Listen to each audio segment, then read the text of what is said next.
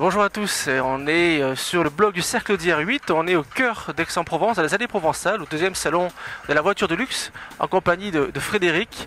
Frédéric, merci de nous accueillir ici sur le stand Audi. On a derrière nous une très belle Audi R8, il y a, il me semble, 2 motorisations sur l'Audi R8. La R8 va se décliner sur une gamme complète à l'avenir. Actuellement, elle est déclinée en 2 motorisations.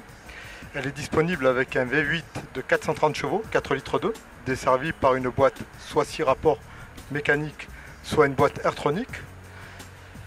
Ensuite, le V10 qui développe 525 chevaux et qui est également desservi par les 2 mêmes styles de boîte. Alors, j'ai entendu parler d'une Audi R8 GT, c'est quoi? Alors, la R8 GT, c'est une auto d'abord qui s'est faite dans un premier temps en série limitée. Il y en a eu 330 pour le monde et 15 pour la France. C'est une auto qui est beaucoup plus allégée.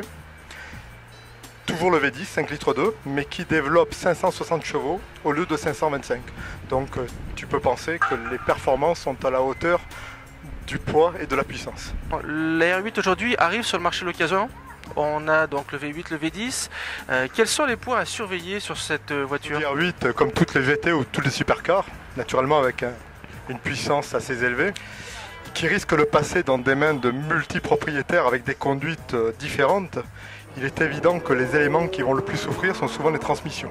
On parle notamment des boîtes de vitesse et naturellement de la transmission intégrale puisque la R8 est déclinée en quattro.